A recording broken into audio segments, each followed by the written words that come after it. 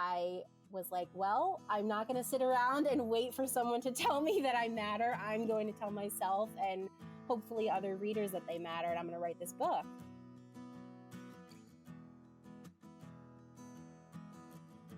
Welcome to Queries, Qualms, and Quirks, the weekly podcast that asks published authors to share their successful query letter and discuss their journey from first spark to day of publication. I'm your host, author Sarah Nicolas, and literary agent Sarah N. Fisk. Crystal Maldonado is a young adult author writing inclusive stories about fat brown girls. Her debut novel, Fat Chance Charlie Vega, is a 2021 New England Book Award winner, while her newest, No Filter and Other Lies, explores teenage life in the social media age. She lives in Massachusetts with her husband, daughter, and dog. So please welcome Crystal to the show. Hello. Hello. Thank you for having me. Yeah, thanks so much for coming on. What's your dog's name? Obi, as in Obi-Wan Kenobi. Oh, perfect. Yes. All right, we're going to talk about your publication journey today, and we're going to start by going back all the way to the beginning. When did you first start getting interested in writing, and how long did it take from then before you started getting serious about pursuing publication?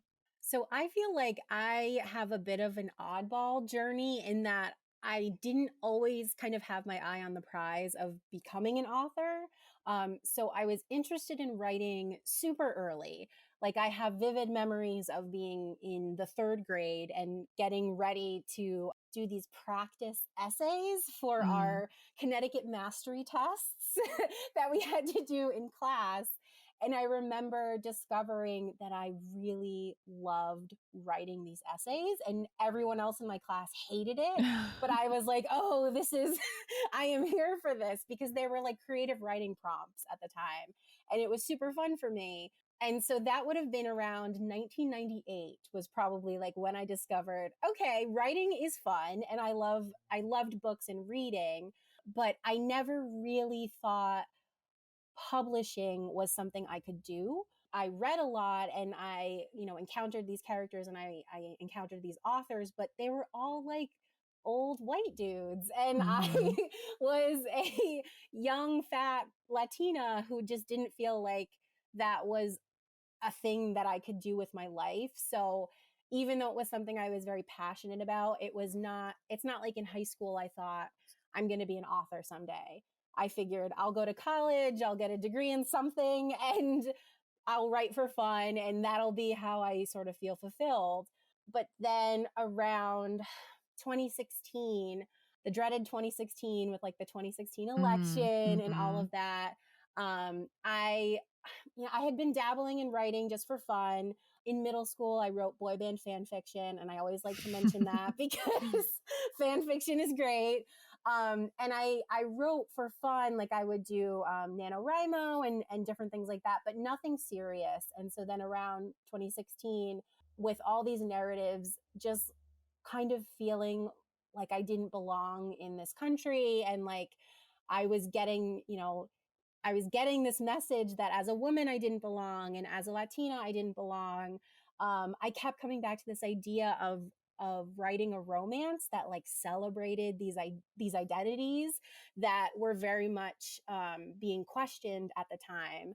And so I didn't start writing Fat Chance Charlie Vega with the thought that it would get published, but I almost wrote it because I felt like I just needed to escape into a world that was a little lighter than the world I was living in.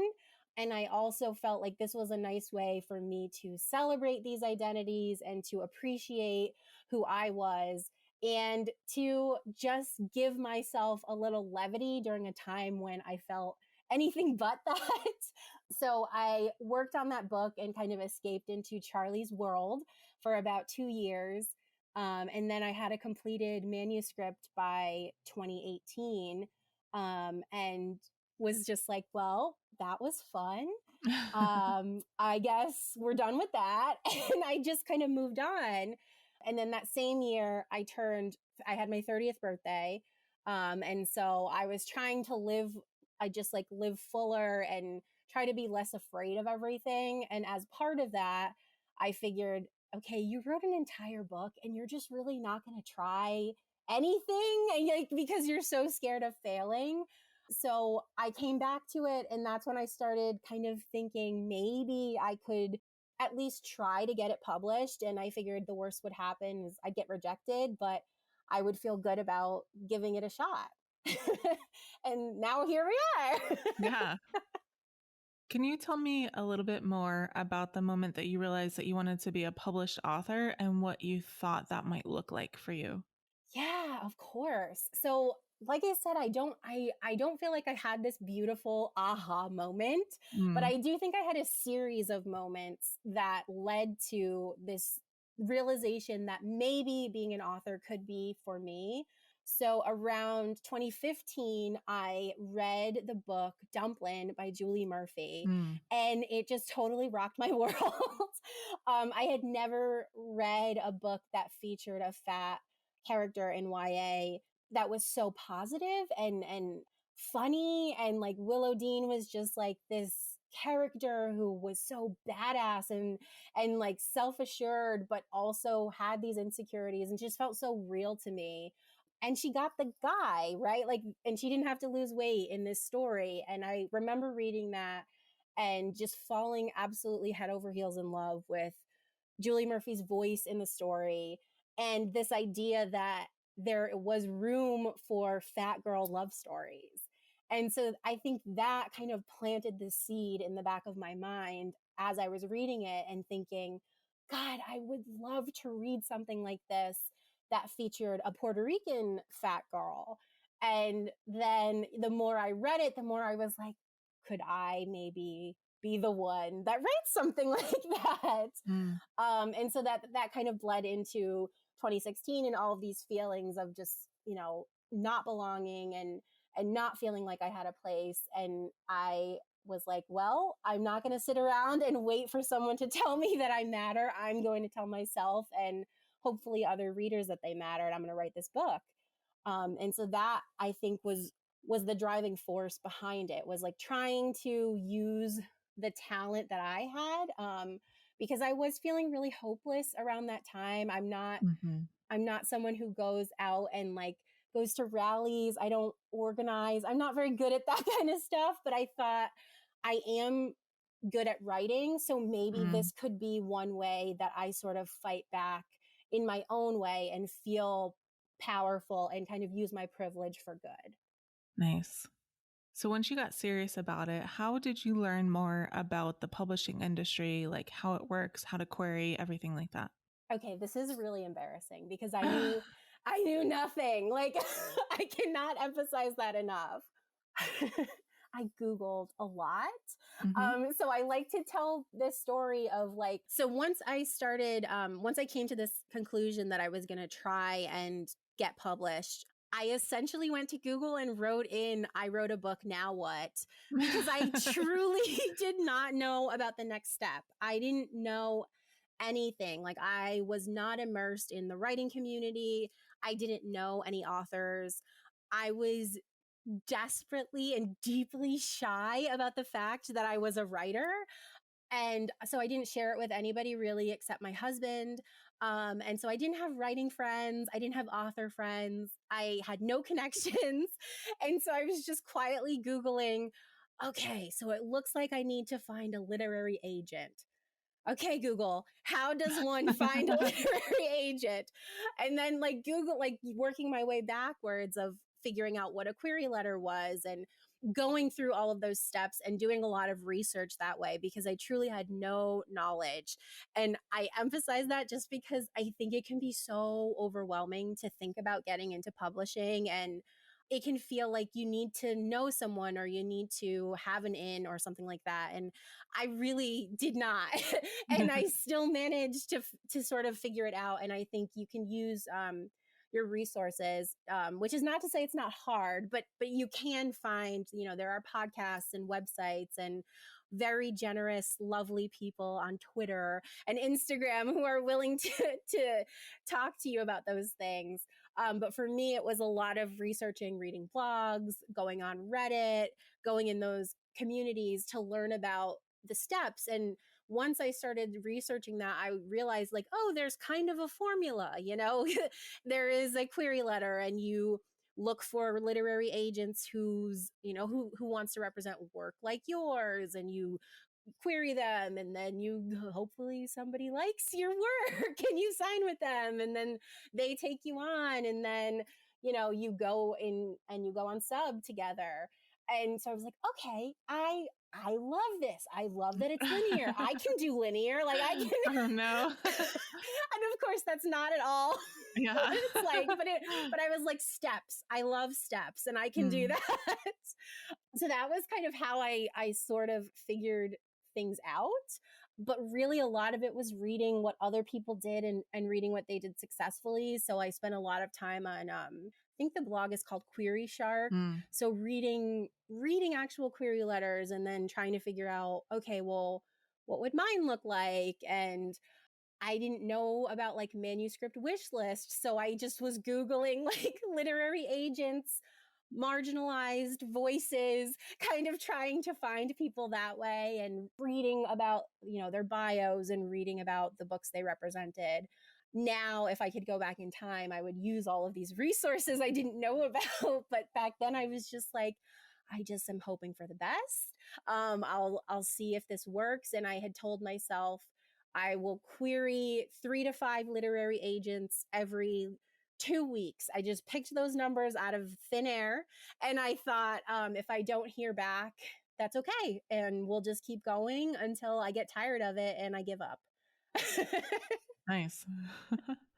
You lucked into a pretty good strategy, though, I feel like. I think it worked out okay. And I have to say that I did so I had this list of, 10 literary agents I was going to query, and I went for the first 3.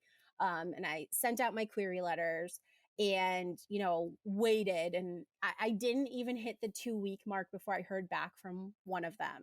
Oh, wow. And this is the one who ended up becoming my agent. So that's a perfect segue. So the next question is, then what happened? Can you break down your journey from then to signing your first book contract? Yes. So once I started querying these literary agents, like I said, I tried to specifically find agents who were interested in own voices stories. I know we don't use that term anymore, but at the time it was a thing. And so that's who I was looking for. So I found some whose work they had represented that I thought, okay, well, this kind of aligns with what I'm doing, so maybe this would work. And so one of the agents I queried was Tamar Rudzinski. So she's created Context Literary Agency, but at the time she was working elsewhere. And so she was one of my first 3, and she was one I was really excited about. And she represented Sarah J. Maas. So I was like, oh, this could be really cool. And like, she just seemed super authentic. And the way she wrote about the young adult books that she represented really resonated with me. So I hoped that she would be one who got back to me. And then she did. And we had a phone call first. So she called me and she said, I think this could be something. And I'm really interested in talking more about it. And I was so green and naive. And I was like, okay, I'm going to be honest with you. I don't know what any of this means. And I was like, so I've sent other queries out. Do I have to do anything with those? And she was so sweet and did not even like bat an eyelash, and just was like, oh, okay, let me talk you through this. So without even like representing me, she was talking me through like, okay, so if you've sent out a full manuscript to anyone, you probably want to let them know that we are in talks to do something. She was just so kind and willing to sort of hold my hand without us signing anything, without us having any promises. And the way that she spoke about my book and about Charlie, and the identity of Charlie, and how she, like, one of the first things she said to me was that she could tell how important Charlie's identity was to me and to the story, and that if we decided to work together, that that was one thing she was going to fight for every step of the way, was not changing who Charlie was and not changing the heart of her story. And that was like music to my ears. So, and also the fact that she was willing to answer all these questions that I had because I didn't know anything was also just like icing on the cake. So she tentatively had said, I have some notes on the book, and would you be willing to sort of go back and edit them based on what we talk about? And I said, of course, please tell me how you think I can make this better. So she very generously told me, some story points to change and some things to sort of flesh out. And then gave me like 2 months or so and was like, let's connect by the end of the year. So this was in fall 2018. And then she said, once you send the manuscript back, I'll take another look at it. And if I'm feeling like this is going in the right direction, let's talk about representation and signing a contract. Hopefully this isn't boring. And because you said not to skip over anything. So once we signed the contract, then that was like the most thrilling thing of my life. I couldn't believe I had an agent. And it was truly like we signed right before Christmas, and she said, oh, publishers don't do anything around the holidays, so like we shouldn't start sending this manuscript out. We won't do that until 2019. And then we had conversations just about like, did I want to see rejections? Did I not want to see rejections? How was I feeling about that? And I was a total glutton for punishment. And I said, show me everything. And she was like, oh, all right, well, I'll show you everything if that's what you want. So she started sending the manuscript out to publishers in early 2019. And then I got rejected a whole lot. I actually brought some rejections if you're interested in hearing any of these. Okay. So Random House was one of the first that got back and was very kind. And I guess I just want to mention that even though these were all rejections, they were very sweet in them. And I wasn't expecting that. So Random House said, it was a slow start for me as a lot of information is told to the reader, and I was hoping to see it shown and understand the dynamics through these moments. It's a pass. So Scholastic said, I didn't connect with the characters as much as I'd hoped. I'm sorry I can't pursue this one, but I wish you all the luck in finding the right home for it. Source Books said that it had a polished commercial voice and they felt like they knew Charlie intimately, but it was a little too quiet for their list. And Disney said almost the same thing. Overall, the story felt too quiet for my tastes. For these reasons, I'm going to have to pass. So lots of rejections. Yeah. And I was getting similar feedback, just that not enough was happening. And it was a quiet book. It's a book about a girl trying to fall in love in high school. So I understood that. And honestly, as I got these rejections, I was just so excited that people from these big publishers were reading my book. I was like, yes, someone from Disney read my manuscript. That's so cool. Which maybe tells you how low my expectations were. We got those rejections through January, February, and March. And then mid-March, I heard from Holiday House, and Tamar reached out and said, we have a deal if we would like to pursue it. And she talked me through everything as she has done from the beginning. And because I think one of the first things I said was, oh my God, I want to say yes, but is that stupid? I don't know if this is a good deal. Please tell me if this is terrible. So we talked it through, and by that time I was pregnant. And they came and offered a 2-book deal when we had only sought out representation for this one book. And I very, in a very silly moment to Tamar, I was like, can we just do the one book? Because I don't know I don't know if I have another book and I'm going to have a baby. And what if I can't do this? And she very sweetly was like, if this is your dream, I would strongly recommend you take a night to think about it and call me back in the morning. So I ultimately went with the 2-book deal and was over the moon excited. And our original pub date for Charlie Vega was going to be in 2020. Oh. Yeah. Okay. Yeah. All right. So it's time for the first cue of the podcast. Can you read your successful query letter for us? Yes, I would love to. All right. So I want to say before I start that I feel like I made a big no-no and I did not include comp titles in my query letter. But it still managed to get someone to respond to me. So do with that what you will. So here is the query letter. It isn't easy being a teenager, and being a fat brown girl with glasses and more feelings than can be managed is torture. In the young adult novel Seconds, 16-year-old Charlie Vega is a passionate, though sometimes passive, feminist who finds herself yearning for the most cliche thing she can imagine: love. A writer since the 3rd grade, Charlie has spent most of her life bringing boy after dreamy boy to life in her stories with such finesse that she can almost feel their fictional but soft lips on hers. In real life, though, she's never been kissed. Like, ever. And with a mother who's convinced that Charlie can't do anything right, a best friend who is just shy of perfect, and a body she's desperately trying to learn to love, getting kissed seems like it's the last thing that'll ever happen. Seconds is a completed novel at just under 64,000 words. It provides a glimpse into the everyday struggles of a young brown girl who doesn't feel like she fits in, but finds herself hopelessly yearning for better, for more. It is my first novel. In addition, I've written several published pieces, including articles for Latina Magazine, Dogster — I really love my dog — and Hartford Current, and I currently work as a writer and editor for a university.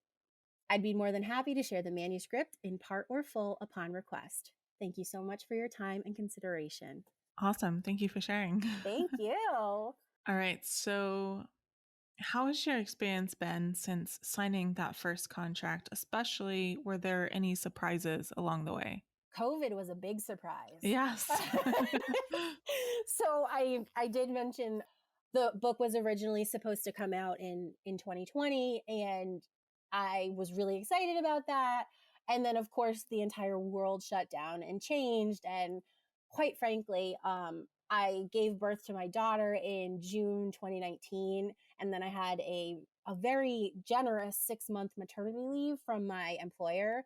And so I was so preoccupied with the lack of sleep and the feeding the baby around the clock that my book baby kind of took a backseat. It was something I was still really excited about, but because I didn't know how publishing worked, I was kind of focused on just keeping my human baby alive. And I was like, they'll let me know when they need stuff from me. So I mean, I was working on edits and working with the team and getting acclimated with them. But then I didn't even realize, like, because this was my first novel, I didn't know enough to know that things were falling behind kind of when March was coming around. And like we should have been talking about marketing plans and we should have been further along in edits. But I think we were all just struggling with what now, right? And how do we do remote work? And what does any of this look like? So when I think it was, I had maybe a date or a deadline or my next edit letter I was supposed to get sometime in like spring 2020. And when that didn't happen, I reached out to my agent Tamar and I was just like, I want to be super understanding of how weird this time is. I don't want to be demanding. I'm assuming this is going to change. You know, my pub date is going to change. I'm okay with that. Can you just like ask and like let me know what's going on? So we checked in with Holiday House, and of course, everybody was just like fighting for their lives in the trenches of COVID. So they said, yeah, we're going to push your pub date to 2021. And I'm going to be honest and say I was really grateful because I had a very difficult time with the beginning of COVID and just trying to manage full-time work and full-time childcare with my husband. It was just so much. I don't think I could have done marketing a book on top of that. So when they said we're pushing it to 2021 secretly, I was like, okay, thank God, because I'm not ready to do the marketing piece of it. So that was definitely one thing I wasn't expecting. And it had a domino effect on when my career would get started, right? Because I was like, I had this exciting news, but suddenly it like people who aren't in publishing, I feel like often ask, oh, so you signed a contract, so like when can I buy your book? And then you tell them the date and they're like, that's forever from now. Yeah. And so it became even more forever from now because I'm like, oh, so it was 2020, but now it's 2021. And people would just be like, what do you mean? That's so far. But I think it worked out for the best. And I was super happy to have it come out in 2021 because my kid was a lot older and I got to, I think, enter into some of like these virtual events after kind of the stress of them had kind of dissipated, right? Like we kind After of people figured it figured out. them out. Yeah. Yeah, and they weren't as stressful and so I was excited about them and of course bummed that I couldn't do an in-person launch event and things like that, but everything about it, we were kind of feeling like we're all in this together and we're all stuck at home, so why not come to a virtual Zoom, right? And so in that way, it ended up being weirdly kind of nice. And I'm very grateful for that. Yeah. All right. It is time for the quick round. I call it author DNA. It's just classifications that we like to put writers in. Love it. Are you a pantser or a plotter? I'm a pantser. Totally. Do you tend to be an overwriter or an underwriter? Overwriter every time. It's bad. It's bad. Do you prefer to write in the morning or at night? I love to write in the morning. When starting a new project, do you typically start with character or plot or concept or something else first? Can I say vibes? Okay. Yeah. Perfect. Do you prefer coffee or tea? Oh, I love coffee, iced coffee specifically. When writing, do you prefer silence or some kind of sound? Definitely sound, and I lean towards music. When it comes to the first draft, are you more of a get it down kind of person or a get it right kind of person? Oh, just get it down. Let's just do this. What tools or software do you use to draft? I am very simple. I end up using like pen and paper notebooks and Google Docs. And I know some authors are like, that's the worst thing ever. I'm so sorry to them. Do you prefer drafting or revising more? I think drafting. Do you write in sequential order or do you hop around? I always do sequential order, and I am in awe of people who can hop around. Yeah, me too. Final quick round question. Are you an extrovert or an introvert? I think I'm an ambivert. I think I'm a little of both. Now it's time for the second cue of the podcast. What were some of the qualms or worries that you had on your journey? And were they realized or did you overcome them or how did they shake out? I have to say my biggest qualm was truly being vulnerable and sharing that I was going for it with other people. So I didn't have any writing friends. I didn't tell anybody I had finished a manuscript. I didn't even tell anybody when I got an agent. I was so quiet. I didn't do the thing where on Twitter where you're like, I'm going into the query trenches. And I didn't share once I had once Tamara and I signed together. I didn't even publicly announce my book deal for like several months after because I was so afraid of, I think, failure and it being taken away from me somehow. I think I was also afraid of being vulnerable and just like kind of putting my heart out there. So I think I was just worried people would judge me too. And like Mhm. something about being creative requires you to be very earnest and to really put your heart out there, right? Because this is something you've created and it's meaningful to you. And I think that's beautiful. But I was deathly afraid of anybody seeing that part of me. So that was my biggest fear, was really sharing this, opening up about it, telling people about it. And obviously you can only keep this a secret for so long. So once I moved past that and I started to openly talk about it, I realized how maybe silly those fears had been, because there were so many people who I didn't even know who were just so excited to celebrate with me, Mhm. and authors on Twitter who were reaching out to congratulate me on the news, and friends who didn't even know that this was a dream of mine being just completely enthralled and happy for me and wanting to celebrate. And I wish I had shared sooner. Like that's my one regret with this whole journey, is I wish I had been open about this from the beginning, because I think I could have come to publishing sooner, and I think I could have had friends who understood along the way, like the stresses and the rejections, and it would have been nice to have people to talk about when you're figuring out, should I query this agent, or how do you write a query letter? Like, can you read mine and tell me if it's any good? And I did all of that alone, and Oh. writing is already so solitary that I regret missing out on all of that fun, because it is so warm and inviting now, and I every day I feel so grateful to like be part of the author community, and to get to celebrate cover reveals and new book deal announcements, and like all of that stuff is so wholesome. And so I'm grateful I'm there now, but that, oh god, getting over the fear was really hard for me. All right, and now it's time for the third cue. Do you have any writing quirks? Is there anything about your writing process that you think is kind of different or interesting or unique? I feel like I'm a very plain writer when I'm coming into something, and I spend a lot of time daydreaming more than I do outlining, plotting, really doing anything. So I spend so much time thinking about the characters, envisioning them in my head, trying to think of what they look like and envision them in scenarios.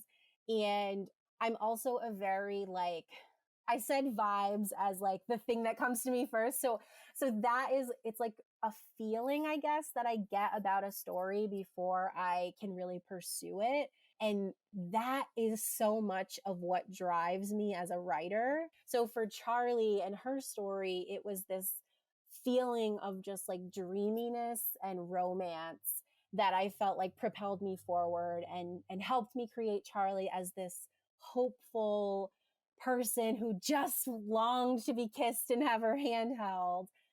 And then when I was writing my second book, No Filter and Other Lies, I kept coming back to this vibe of like this tough girl who does not want to be perceived and yet would give anything to be perceived. Like she doesn't want to admit that she wants anybody to see her, but she desperately wants and yearns for validation. And so that was like the vibe of Kat Sanchez. And that is what kind of propelled her story, and this whole idea that she desperately wants to gain notoriety on Instagram, not just for her art, but for herself. And so these like feelings, I feel like, are what come to me first, Mm. and then I'm able to write. And I feel like that's backwards, and usually people have an actual plot or something to go on. And mine is just like so for my third book that I'm working on now, it's another young adult story, and it's about this girl who she's entering her senior year, and she dreams of revamping their homecoming, and she wants it to be autumn themed. And it came to me as an idea when I was sipping a pumpkin spiced iced coffee from Dunkin' Donuts in the car while it was raining. And I was just thinking, like, man, I love fall. I should do something with that.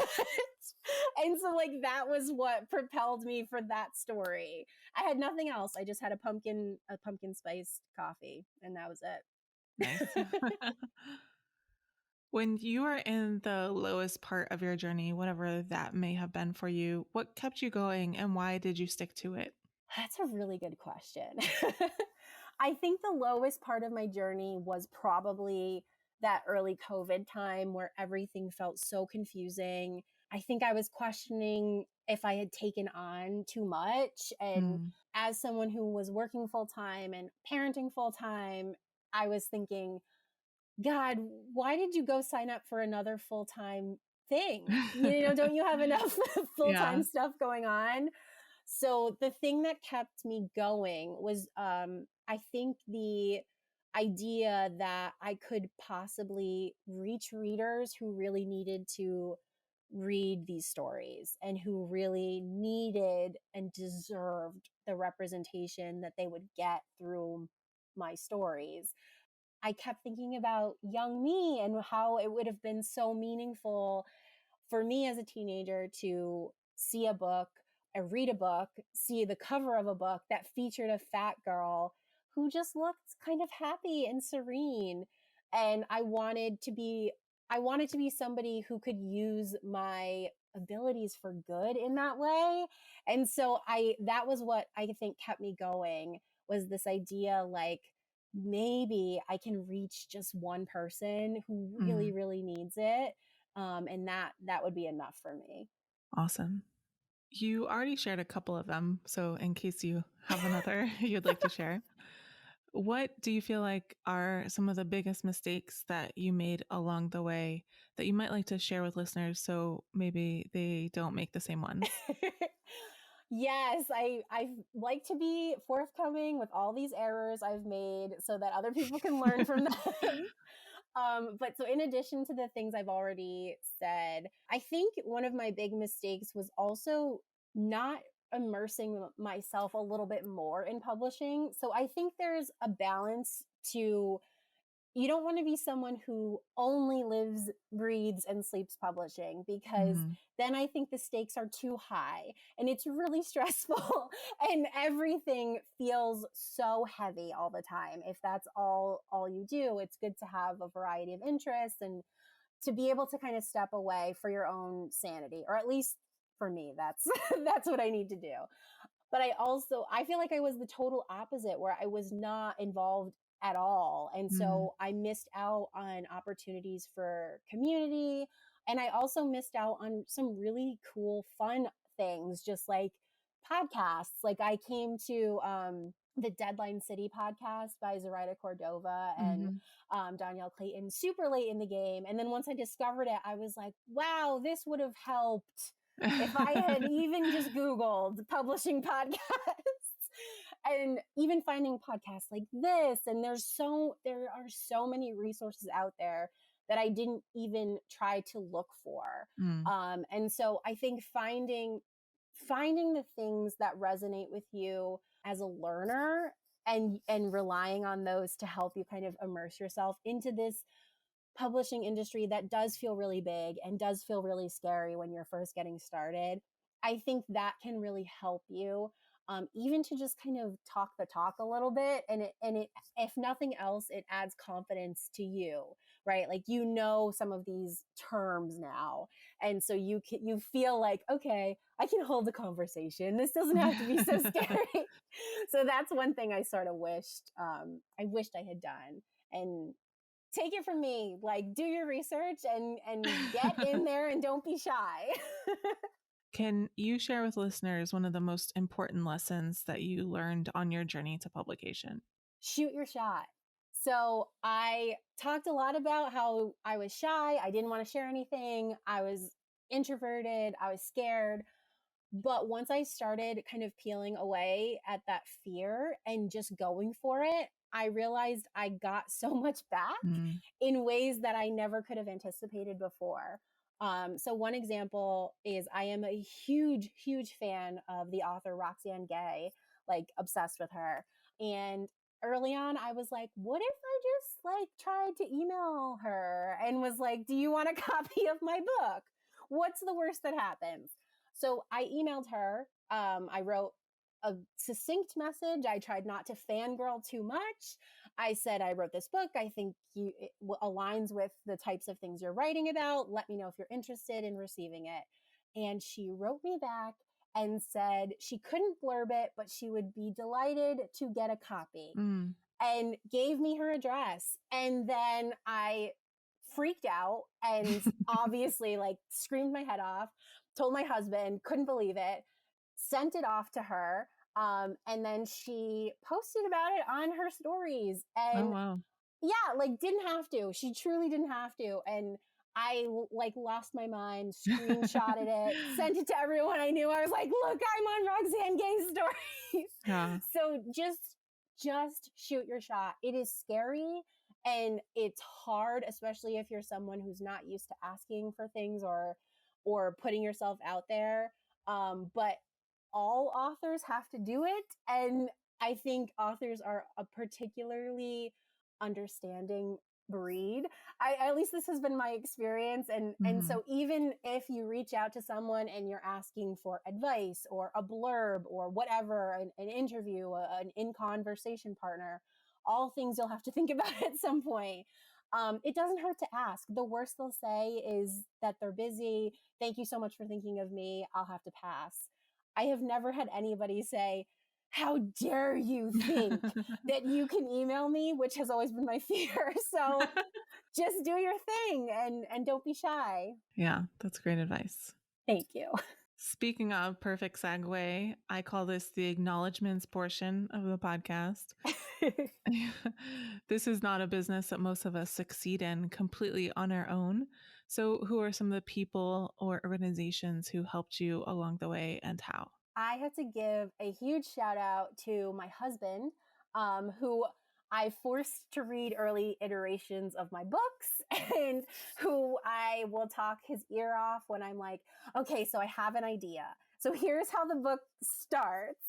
So he's endlessly supportive. And especially after we had Maya, our daughter, he has always been great about, let me get her out of the house so you can have an hour or two uninterrupted to write, and checking in with me on those things and really making room for this passion. And so that I don't know what I would do if I didn't have him, because I would just never write probably because I wouldn't have time and I wouldn't know how. So shout out to my husband, shout out to daycare and how wonderful it is, because again, kids are amazing and they also take up so much brain space and so much time. And so it's important, I feel like, to give recognition to like the things that allow you to be able to do your work. I also found great community in this Latinx kidlit writer community called Las Musas. It is a collective and it is all Latinx authors who are feminine presenting. It has given me some of the best like author friendships that I could have ever asked for. These people have become like actual friends and like we text each other all the time, and they are the kind of people who you don't have to explain all the stuff at the beginning where you're like, okay, so in publishing, blah, blah, blah, blah. They just get it. And you can, vent about things or celebrate things, or just, I was just texting with one of my friends about, she got a famous person to follow her on Instagram. And so we were just, oh my God. And so it's nice to have those people in your corner who just kind of get it. And like I said, they don't need an explanation and they just get you and understand you. And then shout out to debut groups, right? Like they can be super valuable. And so mine was called the 20 Wonders. And I met so many of them through our Slack channel. And actually, my publisher partnered me with someone who had the same pub date as Fat Chance Charlie Vega. And before then, I didn't know that pub groups and debut groups existed. And so she was like, oh, we got on a phone call together, and she's like, you're part of this Slack group, right? And I was like, what Slack group? Tell me everything. And that is what opened up this world of publishing to me. And I suddenly realized, okay, it's not paying off to be so shy and so closed off. I need to be open and willing to like meet other people and to talk about this amazing thing that I'm getting to do. So those are my people. Awesome. All right. Before you go, can you tell us about your latest book? Yes, I would love to. So No Filter and Other Lies came out in February 2022, almost a year after Fat Chance Charlie Vega. So this book tells the story of 17-year-old Kat Sanchez. She is fat, she's Puerto Rican, she's a photographer, and she desperately wants to be appreciated, not just for her art, but for who she is. Unfortunately, she has next to zero followers on Instagram. She's got this rowdy but lovable group of friends who all have more followers than she does. They don't understand her obsession with Instagram. They are constantly competing. She's got this dysfunctional family, so she's currently living and being raised by her maternal grandparents, but her biological parents live right down the street from her, and her little brother lives there too. And so she sees them as this like ultimate family unit that she never gets to be a part of. And so all of these things kind of converge and have her feeling just like she can't live up to who she thinks she should be. So there's this like idea of who she is and then the reality of who she is. And she just feels like she doesn't know where to go next, and she doesn't know what she wants to do with her life. And so all of these things kind of compound together to the point where she gets tired of being Kat Sanchez. So after a really tough day and a little bit of booze, she steals one of her friend's pictures that she has taken. She makes a whole new identity on Instagram, and she becomes the perfect Instagram influencer named Max Monroe, and starts to live this quote unquote perfect life on Instagram that she's always yearned for. And so we as readers get to see as she gains that notoriety on Instagram that she's always craved, while her real life is falling apart. And it takes a turn, especially when she meets a follower as this fake account, and she starts to have feelings for this girl. And now she's grappling with her bisexuality and how can she actually have this relationship when it all started with a lie. So lots of drama, lots of feelings, and lots of dogs. So if you like nice. Dogs, she works at a dog shelter. So, so if you like dogs, this is the one for you. I feel like you should have led with that. I should have. This is my book about dogs. The end. All right, Crystal, thank you so much for coming on the show and sharing your story with everyone. Thank you so much for having me. This was so fun, Sarah. Yeah. Thank you so much for listening to this episode of Queries, Qualms, and Quirks. You can find the text of Crystal's query in the show notes, along with links to find out more about her and her books. If you enjoyed the show, I'd really appreciate if you'd help me find new listeners by leaving a review on Apple Podcasts or Podchaser, telling your friends, or sharing this episode on social media. If you're interested in supporting the show, go to patreon.com/pubtalklive. And if you're a published author interested in being a guest on the show, please click on the home base link in the description or go to sarahnicolas.com and click on the podcast logo in the sidebar. That's Sarah with an H and Nicolas with no H.